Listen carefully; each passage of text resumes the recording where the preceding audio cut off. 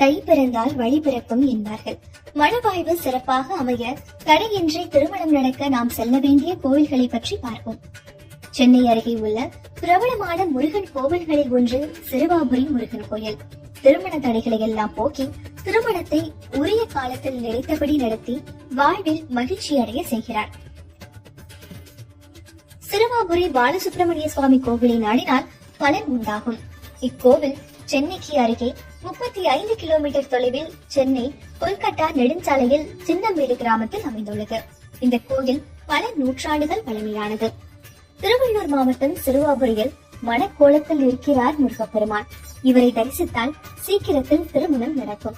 இங்கு சுவாமிக்கு பாலசுப்பிரமணியர் என்பது திருநாமம். கருவறைக்கு எதிரில் அருணகிரிநாதரும் வலது பக்கம் அண்ணாமலையார், உண்ணாமலையம்மன் சன்னதிகள் உள்ளன. சிறுவாபுரி முருகனை மனதில் நினைத்தாலும் திருமணம் கைகூடும். வள்ளியை திருமணம் செய்த முருகன் சோலைகள் சூழ்ந்த இடத்துக்கு செல்ல விரும்பி வந்த இடமே இது. முருகம்மை என்ற முருக பக்தர் முருகன் மீது தீவிர பக்தியாக இருப்பது பிடிக்காமல் இவரது கணவர் ஒரு நாள் கோபத்தில் இவரது கரத்தை வெட்டி விடுகிறார். முருகம்மை முருகனை வணங்கியதால் முருகன் இவரது முன்னால் தோன்றி கரத்தை வெட்டப்பட்ட வலு இல்லாமல் சேர்த்ததாக வரலாறு கூறுகிறது. மேலும் இக்கோயிலில் செவ்வாய்க்கிழமை சிறப்பான நாளாக கருதப்படுகிறது. செவ்வாய்க்கிழமை 6 வாரங்கள் இங்கு வந்து நெய் தீபம் ஏற்றி வழிபட்டால் வேண்டுதல் நிறைவேறும் என்பது பக்தர்களின் நம்பிக்கையாக இருந்து வருகிறது.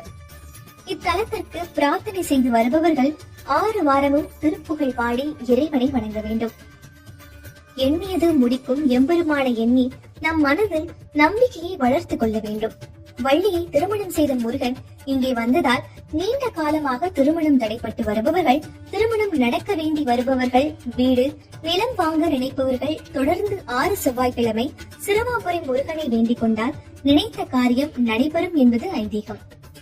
திருமணமாக வேண்டிய பெண்கள் 6 வாரமும் வாரம் ஒரு நாள் என்று 6 முறை தொடர்ந்து வந்து சிறுவாபுரி பாலசுப்பிரமணிய சுவாமியை வழிபட திருமணம் விரைவில் அமையப்பெறும். திருமணமாக வேண்டி ஆண்டவரிடம் பிரார்த்திக்க வருபவர்கள் வள்ளி மணவாள பெருமானுக்கு அர்ச்சனை செய்து வர வேண்டும்.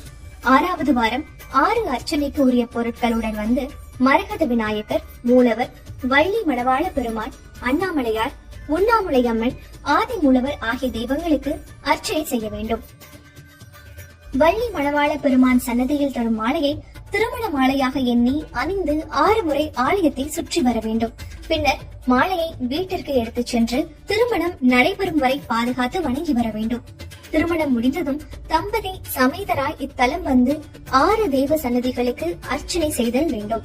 பழைய மாலையை கோவிலில் உள்ள தலமரத்தில் கட்ட வேண்டும். இவ்வாறு இந்த ஆலயத்தில் தொடங்கப்பட்ட மணவாழ்வு எல்லா வளமும் பெற்று சிறப்பாக அமையும். மேலும் இத்தலம் பற்றி அருணகிரிநாதர் பாடல் பாடியுள்ளார். கொடிமரம் அருகே பச்சை கற்களால் உருவாக்கப்பட்ட மயில் சிலை உள்ளது. மேலும் இங்கு முருகனை தவிர அனைத்து தெய்வ சிலைகளும் மரகத கல்லால் ஆனவை என்பது குறிப்பிடத்தக்கது. மேலும் இங்கு முருகனை தவிர அனைத்து தெய்வ சிலைகளும் மரகத கல்லால் ஆனவை என்பது குறிப்பிடத்தக்கது. இத்தலத்தில் பிரார்த்தனை செய்து வருவோர்கள் முதல் வாரத்திலேயோ அல்லது தொடர்ந்து வரும் வாரங்களிலோ பலன் பெறுவது உண்டு. ஒருவருடைய நம்பிக்கை மிகுந்த பிரார்த்தனை அவரின் காரியத்தை மிக விரைவில் முடித்து வைக்கிறது. சிறுவாபுரி முருகனை நினைத்தாலே போதும் நம் ஆசைகள் எல்லாம் நிறைவேறும் என்பது பக்தர்களின் நம்பிக்கையாக உள்ளது. வள்ளியும் முருகப்பெருமானும் கைகோர்த்து நின்ற நிலையில் திருமண கோலத்துடன் அருள் பாலிப்பது மிகவும் சிறப்பு. இந்த முருகப்பெருமானை வணங்குவோருக்கு திருமண தடை நீங்கி மனம் போல் துணை அமையும். பூமி சம்பந்தமான அனைத்து கோரிக்கைகள் நிறைவேறவும், வீடு இல்லாதவர்கள் புதிய வீடு அமையவும், பிள்ளை பெறு இல்லாதவர்கள் பிள்ளை பெறு பெறவும், கடன் தொல்லைகள் தீரவும் சிறுவாபுரி சிறந்த பரிகார தலமாக விளங்குகிறது.